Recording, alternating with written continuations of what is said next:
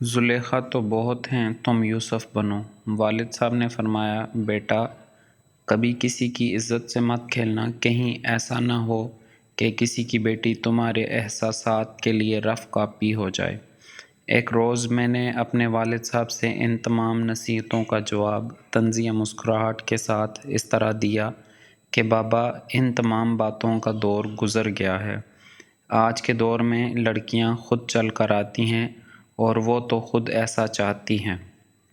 میرے والد صاحب نے میری آنکھوں میں آنکھیں ڈال کر کہا، بیٹا زلیخا تو بہت ہیں، تم یوسف بنو۔ جیسے ہی میں نے یہ جملہ سنا، میرے رونگٹے کھڑے ہو گئے، کینچی کی طرح چلتی زبان بند ہو گئی۔ میرے پاس کوئی جواب نہیں تھا۔ واقعی وہ حق اور سچ کہہ رہے تھے۔ ازل سے زلیخا بوت رہی ہیں۔ مجھے چاہیے کہ میں یوسف بنوں۔